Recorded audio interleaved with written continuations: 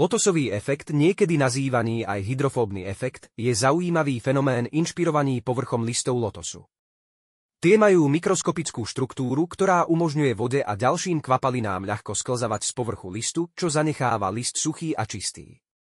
Tento efekt je spôsobený kombináciou mikroštruktúry povrchu a hydrofóbnych, vododpudivých vlastností. Mikroskopická štruktúra povrchu listu lotosu obsahuje drobné výstupky, ktoré vytvárajú vzdušné vrecká medzi povrchom a kvapalinou, ktorá na ne dopadá.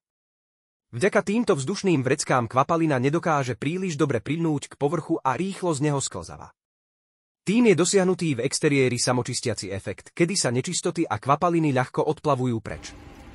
Nechajte dážď umývať okná za vás. Aplikácia tohto efektu sa rozšírila do mnohých oblastí, vrátane výroby samočistiacich povrchov pre okná, textílie, nátery na automobily a tiež v biomedicíne na vytváranie povrchov, ktoré sú odolné voči baktériám. Tento prírodný fenomén je teda inšpiráciou pre vývoj nových materiálov a technológií v rôznych odvetviach.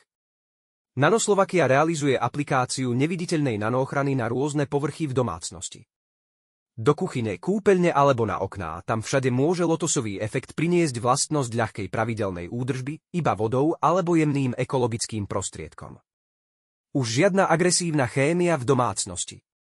Objav ten nanorozdiel.